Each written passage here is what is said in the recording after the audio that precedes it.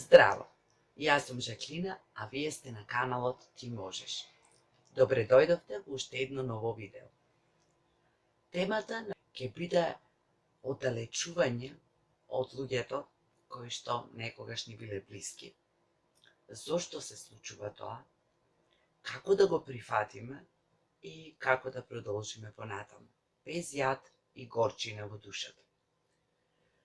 Темата произлегува од моето секојдневие, од секојдневието на моите најблиски, од она што се случува во мојата најблиска околина, затоа што едноставно е невозможно сите тие луѓе кои ги среќаваме во животот да ги задржиме блиску до нас и оддалечуваме од нив, што е и нормално, тогаш кога е се во ред, тогаш кога ние сме свесни дека одреден процес, одредено пријателство завршило и треба да заземе некоја нова верзија, нова форма, кога поради одредени причини посветуваат повеќе време на себе си, поради убави работи или поради некои предизвици. И се тоа придонесува со одредени луѓе да се оддалечиме, независно колку сме били блиски во еден период.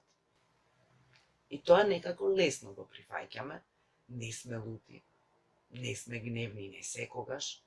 Меѓутоа, што се случува кога се оддалечуваме од луѓето, а не знаеме зошто?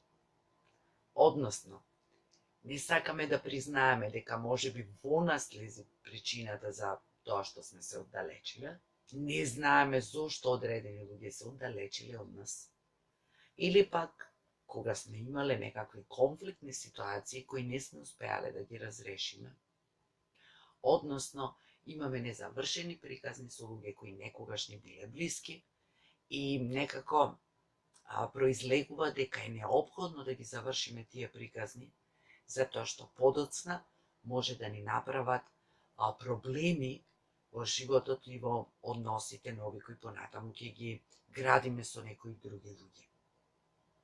Значи, она што ние треба да разбереме, или ни е дадено да разбереме, или најлесно можеме да го разбереме, е дека тие луѓе имаат своја причина, имаат свој избор, свој пат по кој што одат, па и не мора да ни објаснуваат секогаш. Никој никому ништо не должи, иако ние понекогаш сакаме да мериме кој кому колку дал, кој за кого што направил, па имаме и очекувања дека луѓето треба да ни вратат рамномерно. Веруваме дека некои односи со некои луѓе ќе траат вечно. Меѓутоа, животот е убав и непредвидлив. Односите се менуваат, луѓето се менуваат, многу често ќе се изненадиме и пријатно и непријатно. И се тоа во ред, се додека ние можеме тоа да го прифатиме, можеме да го разбереме и не го носиме со себе уште долго, размислувајќи, анализирајќи зошто, како, докаде и така натаму.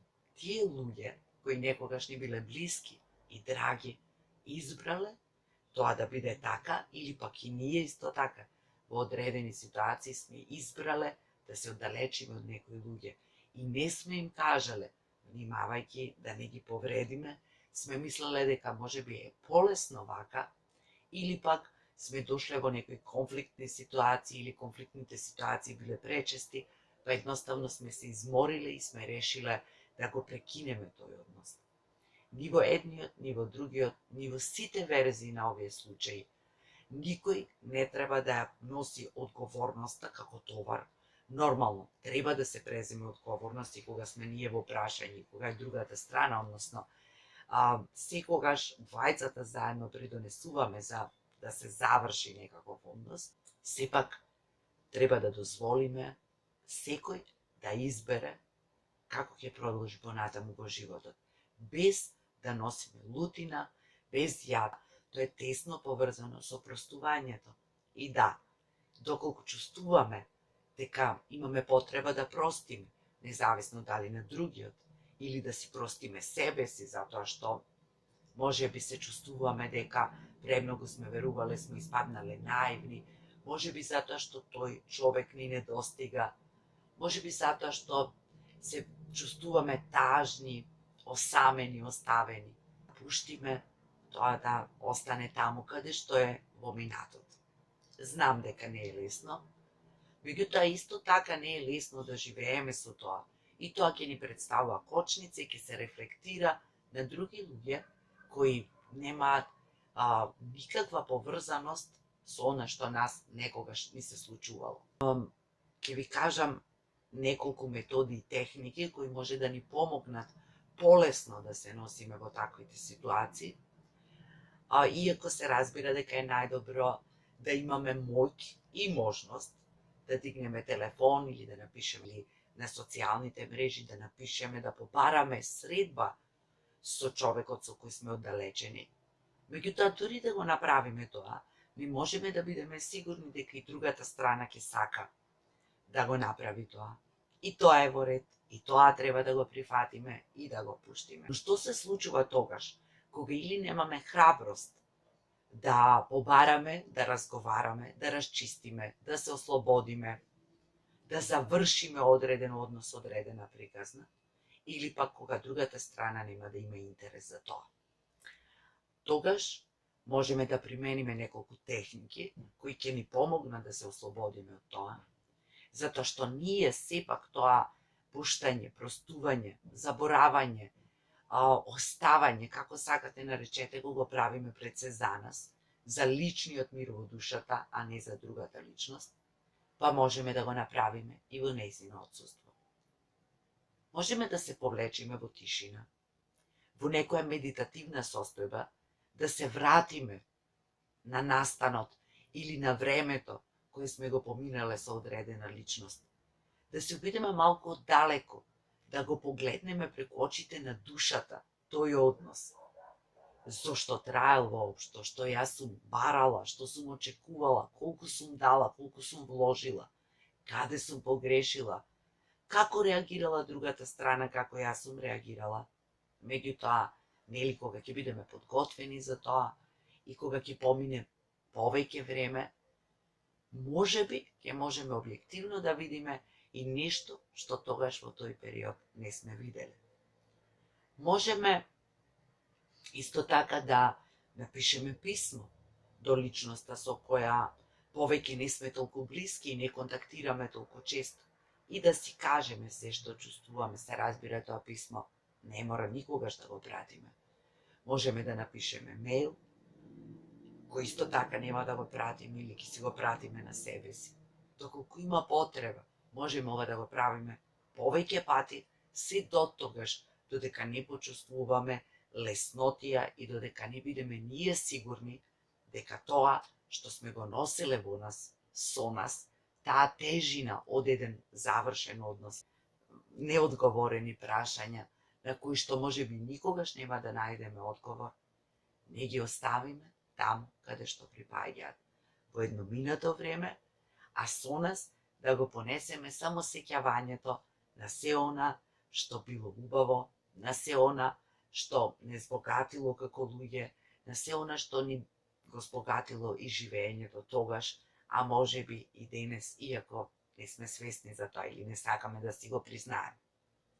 Зборувам од сопствено искуство, знам дека не е лесно, знам дека тоа е процес, знам дека можеби секогаш ќе остане нешто таму некаде скриено кое ќе не копка и кое ќе бара одговор на прашањата.